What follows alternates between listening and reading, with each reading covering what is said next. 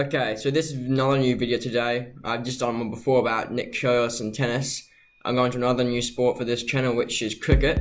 And I'd just like to talk about the Smith Warne suspension and when they'll be up and whether I reckon they'll be back in the team for the Ashes or not. So obviously, both the suspensions end on April, basically the day the Ashes start. And don't know if that was planned or not, but maybe it was. But there's a lot of people talking about whether they will just walk back into the team or whether they will have to get their role back into the team. If you know what I mean, they have to force their way in, basically. I reckon personally, Smith will just walk his way back into the team, but not the captaincy. He might be vice captain or have to work his way back to that. But Warne will have to earn himself back into the team, as he's recently been, Bancroft came out that he was the instigator. It was his idea. He planned the whole thing and he just grabbed other people to help him out. As we know, Smith didn't actually, the reason he had a suspension, in my opinion, was he didn't actually do anything. So that's why he didn't try and stop it. So I'm pretty sure that's why he had a suspension. I'm pretty sure he wasn't involved. So personally, I believe if they're good enough, they should be able to walk back into the team. Smith shouldn't be able to get captaincy, but I don't reckon Warne will just get straight back into the team. I reckon he will be out of it for, I don't know, maybe after the first test, maybe come in second test or something. But we're still gonna have trouble anyway.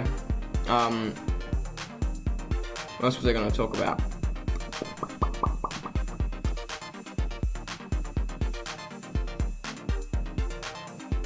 Yeah, so obviously, the India test just ended and we lost the series, which we expect it's the first time we've ever lost a series in Australia or lost the Boxing Day test.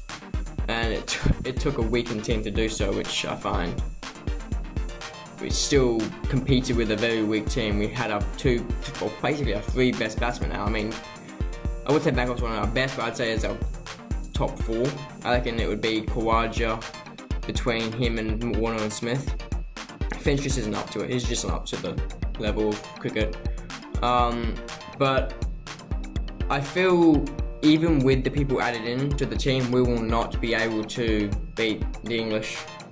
I know we competed well against the Indian with a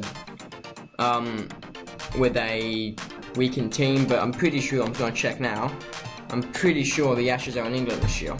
Okay, yes, it is definitely in England this year, and I reckon that will play a big part to getting England the win, not Australia, because we don't play well in England as it is, and then we might not have a full team anyway, because they might get to show back into the team, which I reckon, as I said, Smith will, but Warne might not.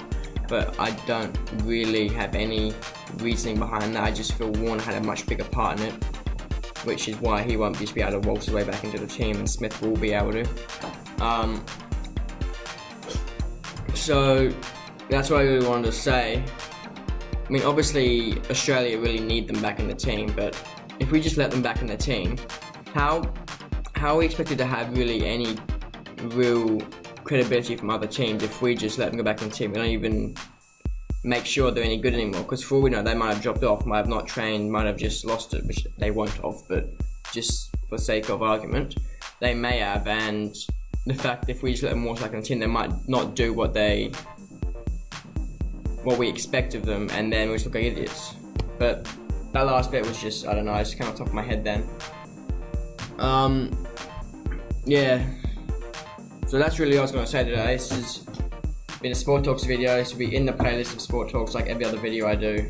That's a Sport Talks video. Obviously I do other videos. So yeah, this has been JDS. See ya. Thanks. Bye.